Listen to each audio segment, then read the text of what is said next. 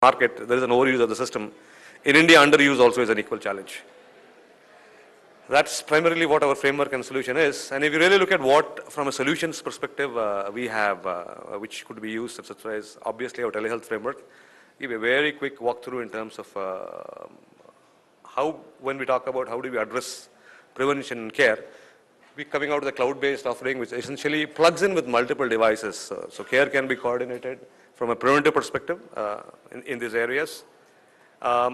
Customized to meet specific needs of people, and then what kind of content is disseminated so that the entire system, the entire solution is complete in itself.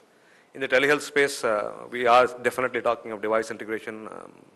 We have business applications which sit, and we are device agnostic in the sense we do expect most of the devices which people are talking about here to be plugged into our application at some point or the other. We've talked about various models. Interesting, I think we were talking about how do you promote rural entrepreneurs in some conversations.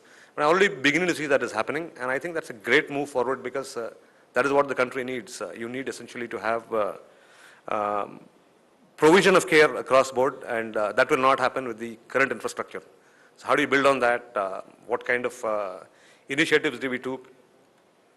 Primarily to talk about it.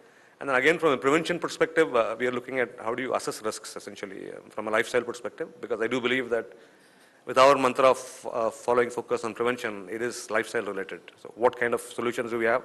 How do we embed that, I wouldn't say in a tele manner, but in a remote manner, are things which we talk about lifestyle related. And how does this all tie in with how you assess the risk and how do you administer care based on that?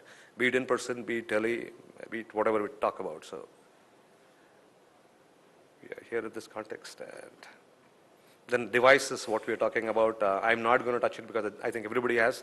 But I think critical aspect, we've talked about advocacy. We've talked about, when we mean advocacy, what do we do?